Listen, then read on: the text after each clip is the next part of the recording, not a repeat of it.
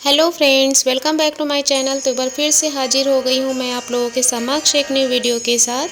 तो फ्रेंड्स, आज की वीडियो जो है वो मेरी इंदिरा एकादशी पे है। और आप लोगों को बता देती हूँ कि इस व्रत के करने से व्यक्ति के सभी पाप नष्ट हो जाते हैं। और इस साल इंदिरा एकादशी का व्रत 10 अक्टूबर को पड़ा हुआ है। फ्रेंड्स, पितृपक्ष की इंदिरा एकादशी को बहुत ही महत्वपूर्ण माना गया है और धार्मिक मान्यताओं के अनुसार इस एकादशी का व्रत करने से जातक के पितरों को मोक्ष की प्राप्ति होती है। यदि कोई जातक इंदिरा एकादशी के दिन व्रत रखकर एकादशी का श्राद्ध करते हैं और साथ ही भगवान विष्णु की पूजा और कथा करते हैं तो ऐसे में 7 पीढ़ियों के पितरों को पाप से मुक्ति मिलती है।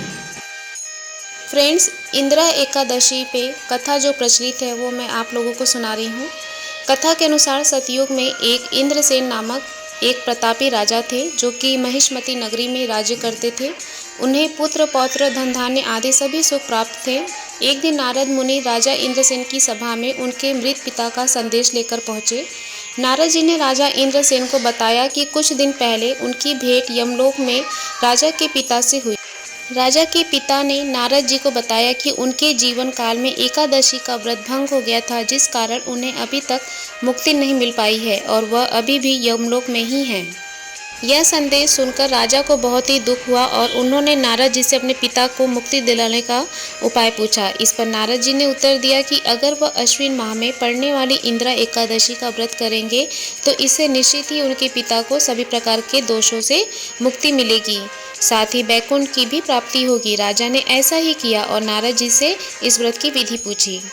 इसके बाद इंदिरा एकादशी के दिन राजा इंद्रसेन ने व्रत का संकल्प लेकर भगवान विष्णु की पूजा की। साथ ही राजा ने पितरों का श्राद्ध किया, ब्राह्मण को भोजन कराया और दान पुष्प भी किया, जिसके परिणाम स्वरूप राजा के पिता को मोक्ष की प्राप्ति हुई। इतना ही नहीं, राजा इंद्रसेन को भी मृत्यु के बाद बैकुंठ धाम की प्राप्ति हुई। फ्रेंड्स, इंदिरा एकादशी पितृपक्ष में पड़ने वाली वह एकादशी है जिसका व्रत करने से आपके लिए मोक्ष के द्वार खुलते हैं। इंदिरा एकादशी के दिन श्रद्धापूर्वक व्रत करने और पूजा करने से आपके पितरों को भी मुक्ति मिलती है, उनकी आत्मा को शांति मिलती है। इसीलिए इंदिरा एकादशी का व्रत जरूर करना चाहिए।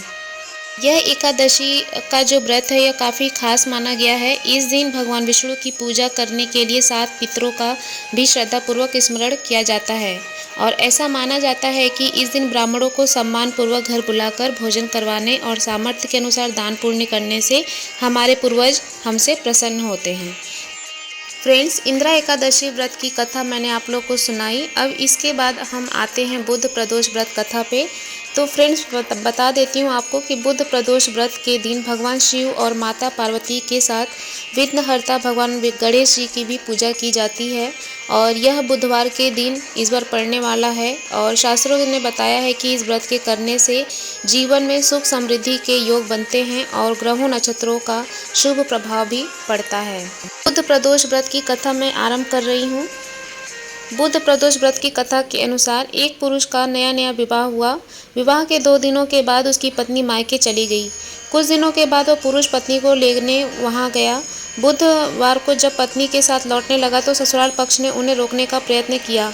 विदाई के लिए बुधवार शुभ नहीं होता है, लेकिन वह नहीं माने और पत्नी के साथ चल पड़ा। नगर के बाहर पहुंचने पर पत्नी को प्यास लगी। पुरुष लोटा लेकर पानी की तलाश में चल पड़ा। पत्नी एक पेड़ के नीचे बैठ गई। थोड़ी देर बाद पुरुष पानी लेकर वापस लौटा। तब उसने देखा कि उसकी पत्नी किसी के साथ हंस हंस कर बातें कर रही है और उसके लोटे से पानी पी रही है और वो क्रोधित हो गया। वह निकट पहुंचा तो उसके आश्चर्य का कोई ठिकाना नहीं था और क्योंकि वह आदमी की जो शक्ल थी वो बिल्कुल उसके पति से मिल रही थी। पत्नी भी सोच में पड़ गई। दोनों पुरुष झगड़ने लगे। फिर भीड़ इकट्ठा हो गई। सिपाही आ गए। हम शक्ल आदमियों को देखकर वे भी आश्चर्य में पड़ गए। उन्होंने स्त्री से पूछा उसका पति कौन है और वो भी आश्चर्य से कुछ बोल न पाई। तब वह पुरुष शंकर भगवान से प्रार्थना करने लगा, हे भगवान, हमारी रक्षा करें, मुझसे बहुत बड़ी भूल हो गई। मैंने सास ससुर की बात नहीं मानी और बुधवार को पत्नी को विदा कर लिया। मैं भविष्य में ऐसा कदापि नहीं करूँगा। जैसे ही उसकी प्रार्थना पूरी हुई, दूसरा पुरुष अंतर्ध्यान हो गया। भगवान शिव के आशीर्वाद से वह पुरुष अपनी पत्नी के साथ सकुशल अपने घर पहुंच गया। उसके बाद से दोनों पति पत्नी नियम पूर्वक बुधवार प्रदोष व्रत करने लगे। फ्रेंड्स, प्रदोष व्रत के दिन व्रती को प्रातःकाल उठकर नित्य क्रम से निवृत्त होकर स्नान कर शिव जी का पूजन करना चाहिए और पूरे दिन मन ही मन ओम नमः शिवाय का जाप करना चाहिए। पूरे दिन निराहार रहे। त्रयोदशी के दिन प्रदोष काल में यानी सूर्यास्त से 3 घड़ी पूर्व शिव की पूजा की जाती है। बाहर भी रह सकते हैं और प्रदोष काल में उपवास में सिर्फ हरे मूंग का सेवन करना चाहिए, क्योंकि हरा मूंग पृथ्वी तत्व है और मंदांगिन को शांत रखता है। प्रदोष व्रत में लाल मिर्च, अन्न, चावल और सादा नमक आदि नहीं खाना चाहिए। अपने वीडियो के माध्यम से मैंने आप लोगों को इंदिरा एकादशी और प्रदोष व्रत के बारे में मैंने आप लोगों को बताया, और मेरी वीडियो आप लोगों को कैसी लगी इसे कमेंट बॉक्स में लिख के ज़रूर बताइएगा फ्रेंड्स। तो मिलते हैं अपने एक नए वीडियो के साथ, और तब तक के लिए बाय बाय।